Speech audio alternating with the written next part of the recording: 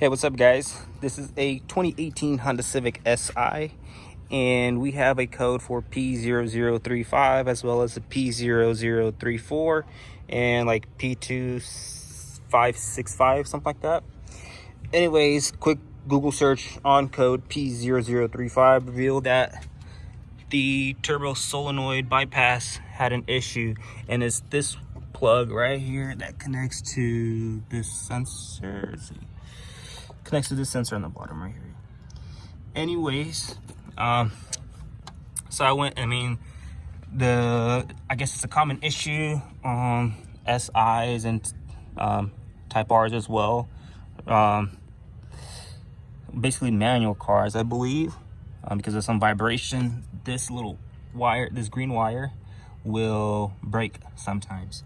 And there's another forum that I found where the actual valve solenoid, this was damaged, or there was like this, the wire, the yellow and green wire, which is this one right here, was damaged, or one of the wires would be damaged. Anyways, so I did a little detective work and I finally figured out how you can go ahead and test and see if your car has this issue. Anyways, I grabbed some thin wire. This wire is actually for a garage door sensor wire or doorbell alarm. So I grabbed this, snipped it off, and I plugged it into the same connector as the green wire. See, plugged in. And then I figured out, I went ahead and traced this wire back in here. Let's get it focused. Traced it, opened up these little plugs right here, and figured out where that green wire itself is leading to. And if I show it right here, so there it is.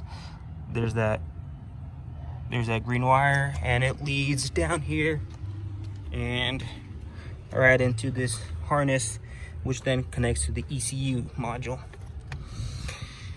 And with some luck, I figured out which connector it actually goes into. So if you look at the ECU, it's going to be on the farthest to left side, pin 2, I believe. Yeah, pin 2, starting from the top. What I did, I connected this to my multimeter, and then we had I put it on continuity setting, and when they're touching, it should make a beep. And so initially I figured out, instead of taking apart this whole entire box, this connector, I ended up figuring out which one it was. Anyways, and then because the common issue is this wire is damaged. So let's see.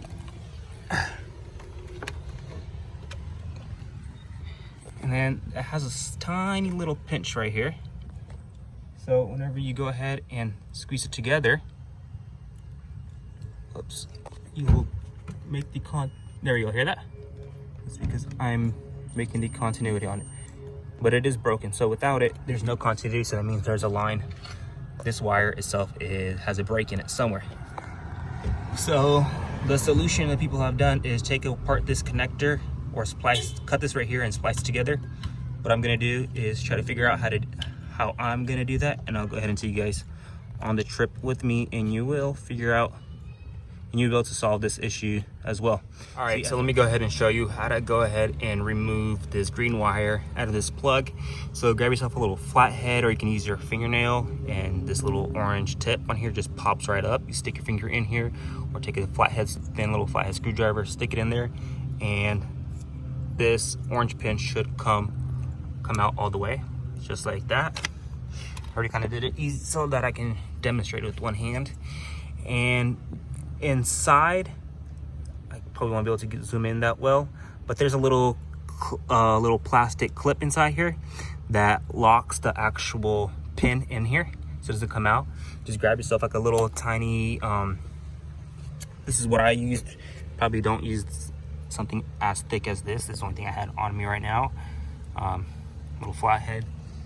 But grab yourself like a little needle nose, like a tiny little needle screwdriver, whatever you call those little orange stuff they sell at Harbor Freight.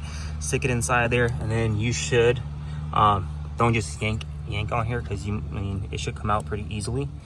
I also just used that screwdriver and tapped on the metal part of it to pull it out, and then boom, there you go. And that's the connector, and it's all pulled out. Now what I'm gonna do is I'm gonna cut it right here where it's broken, and then I'm gonna probably solder these on right here together, or try to crimp this connector on here somehow. But let me show you guys what I'm gonna do. So the rest of this video I did not record, I just took a few photos, but here you can see the little pinch that caused the whole entire issue. What I did is I cut it right where the pinch was at, and I stripped the wire on both ends, and I overlapped them, soldered them on to the pin. However, you can avoid soldering by buying this little connector and just crimping it onto it and call it a day. However, here is the finished product that I got with soldering it onto it, and it's gonna hold on pretty well, shouldn't come off. Anyways, after you're finished, the code cannot clear with the scan tool. It will clear on its own after you complete a full drive cycle and all the monitors are ready. Anyways, hopefully this fixes you guys' issue that you're having, and if it did, go ahead and leave a like, subscribe, and if you care, go ahead and comment down below.